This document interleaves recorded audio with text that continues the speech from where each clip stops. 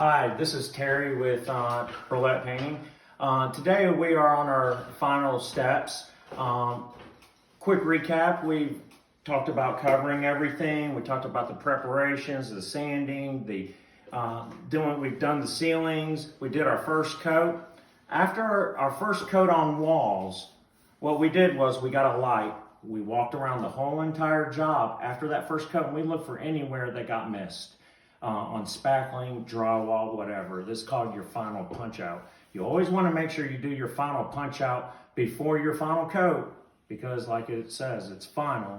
You don't want to have to come back and fix something once you have your final coat on. So we inspected everything. We found a few little nicks. We spackled them. Once the spackling dried, we sanded them and we spot primed them. We are using the Emerald. The Emerald is self-priming, so it works fine as a primer. So now that we've walked around and we've inspected everything and we've spot primed, the final coat is our last step as far as the painting.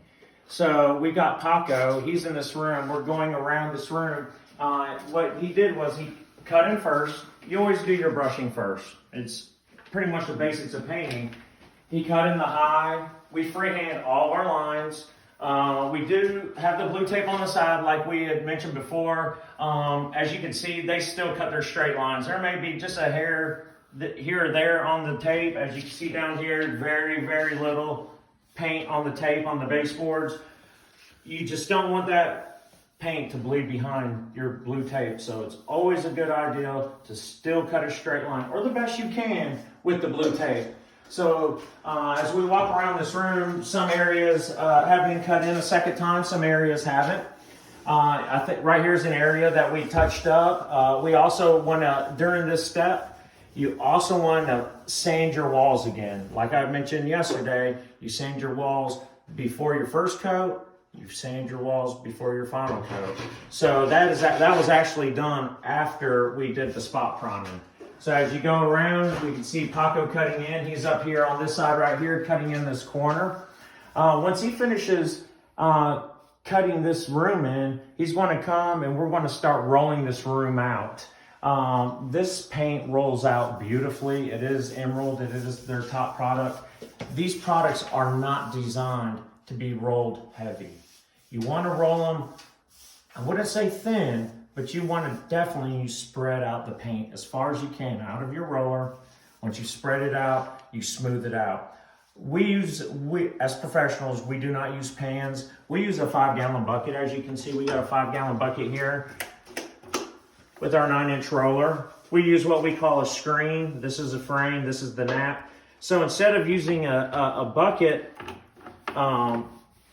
or a tray, we use buckets. It's a whole lot easier to clean up. At the end of the day, you just rinse off your frame, rinse off your screen, put your roller nap in plastic, and you can use it the next day. So this is the final on the painting step. Our very last step, which is coming up next, is going to be the cleanup. The cleanup is also super duper important, but because we spent all this extra time covering the paper, the plastic, we're not going to spend a lot of time cleaning paint off of woodwork. We're not going to spend a lot of time worrying about anything that was messed up, paint on the floor. We have protected every square inch of this house, from the light switches to the floor. So once we start cleaning up, we'll go over how we just peel the plastic down, get the tape, you roll it in a big ball, you put it in a trash bag, and then you vacuum and move the furniture back. So that is going to be the final step. And there's a few other things such as putting on face plates, and we will go over those steps on our next video. Thanks.